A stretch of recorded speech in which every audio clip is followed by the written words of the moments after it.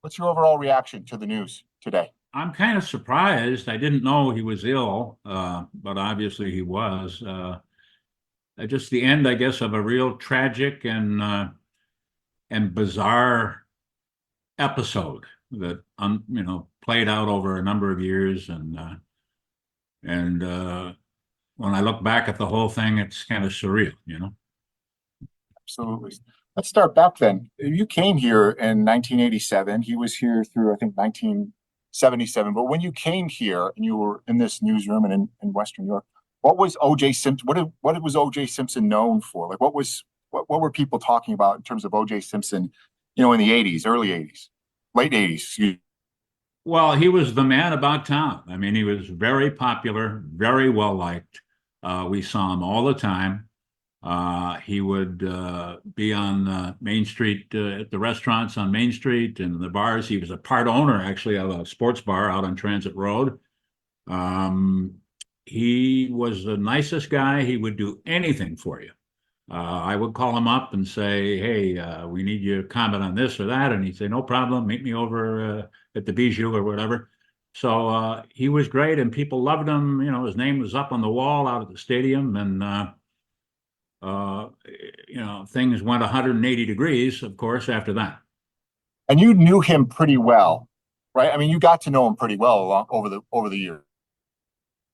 Yeah, I mean, we weren't close friends, but I knew him. I talked to him on the phone. We exchanged letters a number of times, and at one point, he was actually a part owner of WKBW TV.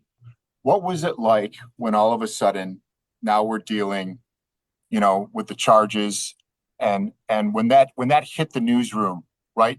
I know you covered it and we'll get into that, but when that news hit, what was the response to all of that, Keith?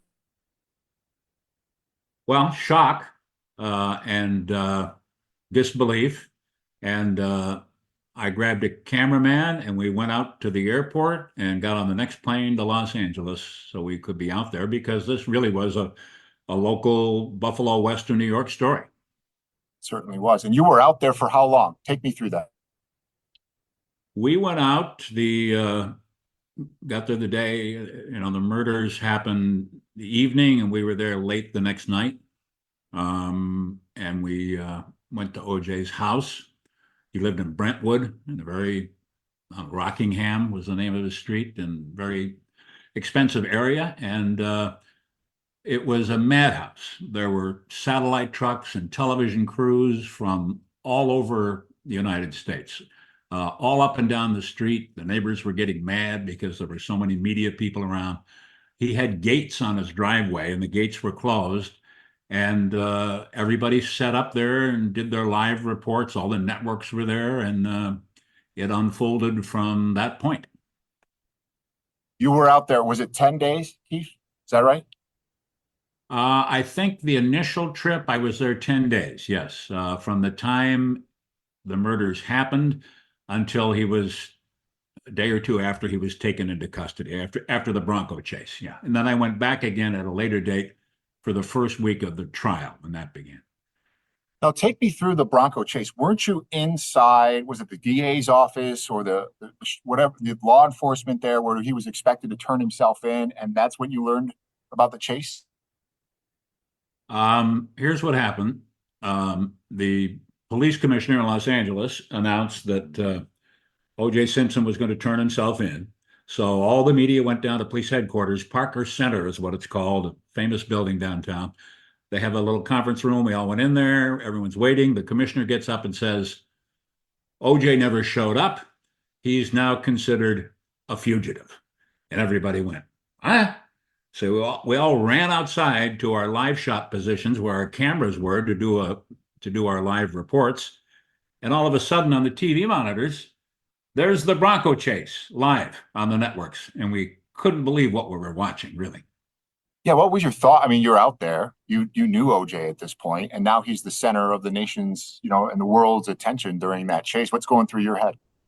Well, it was all unfolding so quickly, you didn't really have much time to think about it. I went on live right away for Channel 7 in Buffalo, and then ABC wanted live feed, so I went on the network live just I had no script, nothing. I just was standing there in the parking lot at the police headquarters in LA, and I just said, well, we're here. I explained the story. He never showed up.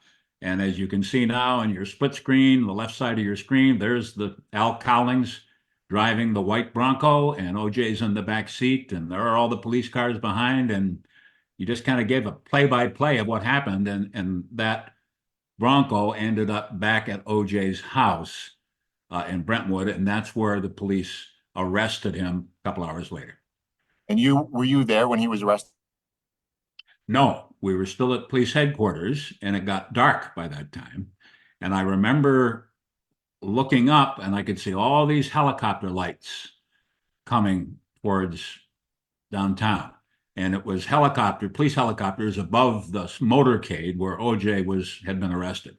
And I was standing in the back driveway of police headquarters, and the car pulled in, and he was sitting in the back seat in the middle. He had police officers on either side of him, and he didn't look good at all. Looked terrible. They drove underground, and then I saw him through the windows, because it was all windows in the back. We watched him get fingerprinted. They took him up to a room, and they took his fingerprints, and then they had him in handcuffs, and they walked him away. And then we moved over the next day to LA County Jail, because they sent him over to the county jail, and we did the rest of our live reports out in front of the jail. So there's where he gets arrested, where he he gets arrested. The trial comes after that. Were you back out in LA for that? I was there just for the first 5 or 6 days. I couldn't stay for the whole time because, as you know, it went on for months. So I did just the initial stories, and then we had another reporter who went out, and I came back because I was anchoring the evening news at that point. So I had to get back to Buffalo.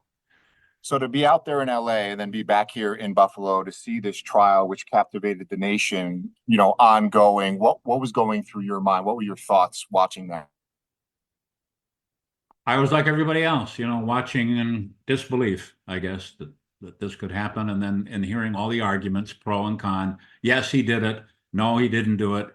And that went on and on and on throughout the trial. And then on the day of the verdict, I was in Buffalo, and I went over to the Bijou Grill, I think, at the bar, and there were dozens of people standing there all watching to watch the verdict come out. We know how that went. What was the reaction there at the Bijou Grill? Both sides. You had people applauding, cheering, and then you had other people looking at the TV screen in absolute disbelief. They could not believe the verdict.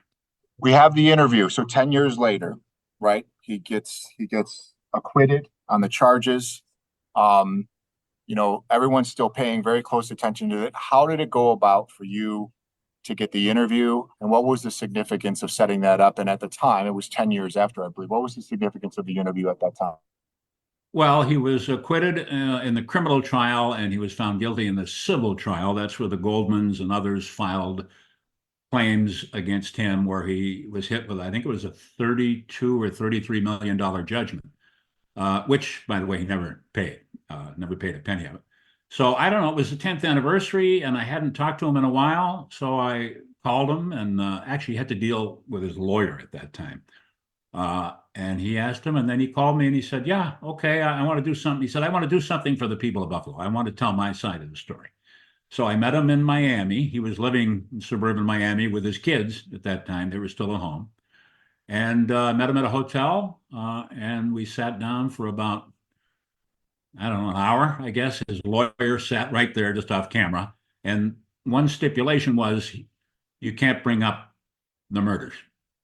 So I just to get the interview, I said, yeah, okay. Well, I didn't have to bring it up. About the first thing out of OJ's mouth was, I didn't do it.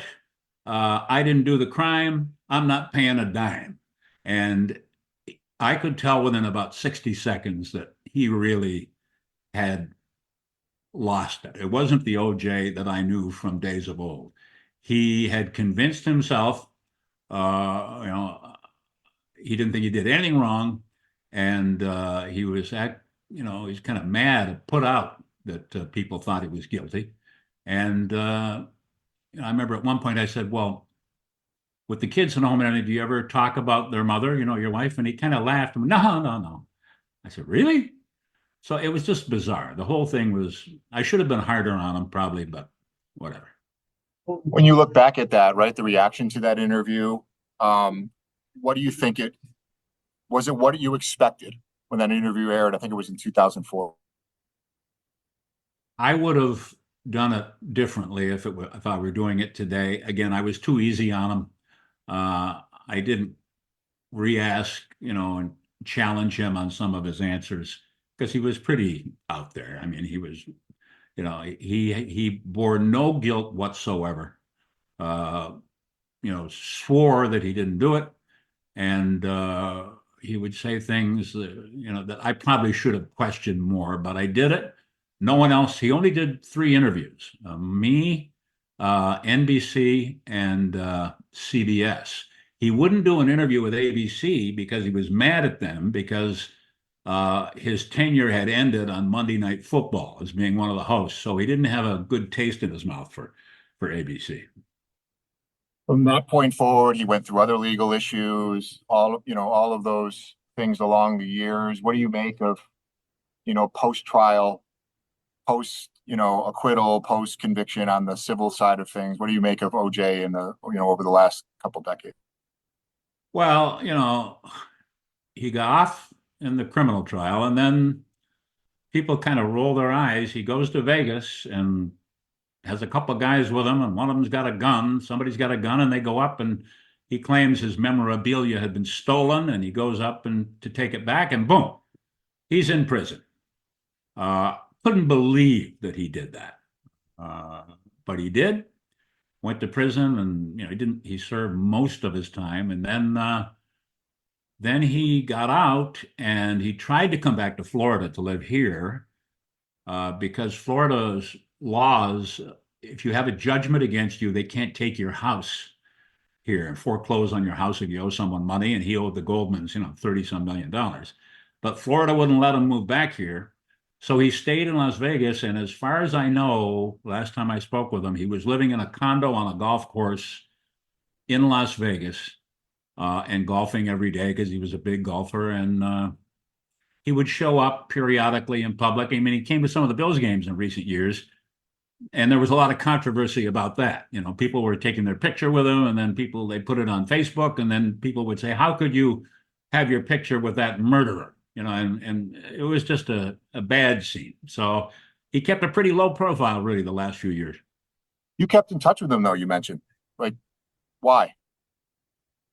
I had requested one more interview with him after he got out of prison on that whole debacle in Las Vegas in that hotel, but he wouldn't do it. So I was trying to sit down with him again, and I was going to be tougher with him this time, but I didn't get the opportunity. The significance, Keith, of OJ Simpson and the coverage and the stories that you did with him in terms of your long celebrated career, where does that fall in? Well, it was one of the biggest stories certainly I ever covered, on a national and even international scope. Actually, today I've had 4 calls from different TV and radio stations to be interviewed. So I guess people remember what happened back then, but even though it was so many years ago. But yeah, it was one of the biggest stories I ever covered. Finally, Keith, just your thoughts, right? I mean, this is, like you said, I don't think it was a fall from grace, but a wild end here. Just your final thoughts on OJ Simpson and his passing. Well, again, I'm just I don't know what to think, really. The end to a very sad saga.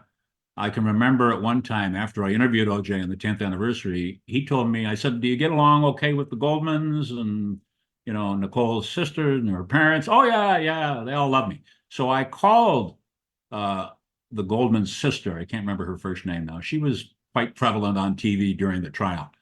And I said, hey, I just came back from Miami and I interviewed OJ. He said, you guys are all getting along great. And I heard her kind of take the receiver away, and she yelled at her parents, hey, OJ says we're all good buddies. And then everyone was laughing, and I'm like, no, that they had no contact with him at all, obviously. So it was just a bizarre, bizarre thing. And I can remember when we were out in front of his house for those initial days, all these famous people lived down the street from Michelle Pfeiffer.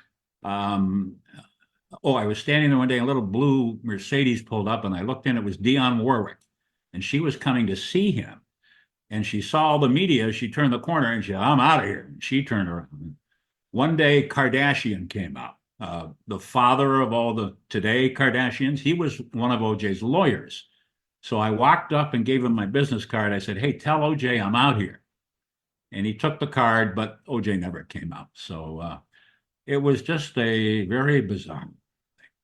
For spending the last one, and unless you're, and I will ask you for some final thoughts if you have anything that I've missed, but when you think about, what he meant as a Hall of Fame athlete here to everything else, what do you think his legacy in Buffalo will be or is? What do you think OJ Simpson's legacy now is in Buffalo?